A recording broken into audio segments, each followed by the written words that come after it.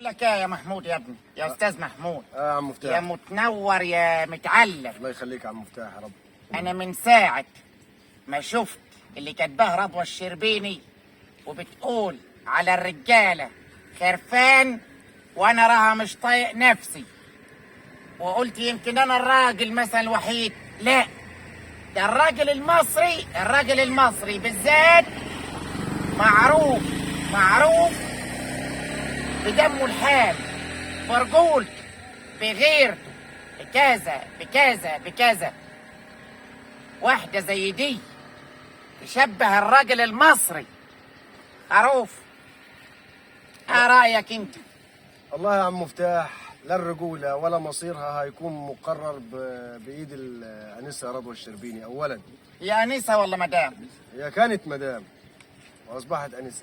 ثانيا قد تكون المرأة معذورة، ما يمكن ما تعملش في حياتها الاجتماعية كلها من يوم ما اتولدت النهارده مع راجل، لأن ما فيش راجل هيتقبل منظورها ولا مذهبها الغبي اللي هي بتتصرف بتتعامل به مع الناس ده أساسا.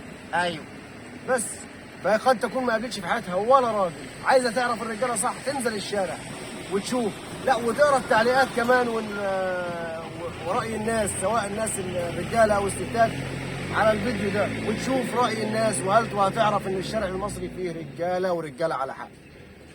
رجاله ورجاله على حق. بس انا يمكن محمود قريب مني، بس نفسي اسمع رد كل راجل في مصر على رضوى الشربيني ان هي بتقول خرفان.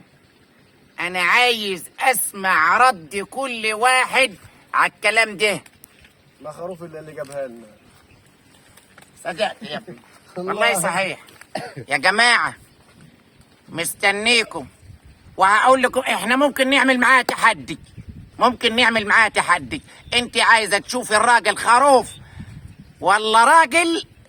اهو اتحداني انا بقى، اتحدى بقى العظماء الكبيره دي. عمك مفتاح اتحداني، تتجوزيني يا رضوى واحنا نجيب من الاخر بقى، اوريك انا ذكر ولا لا.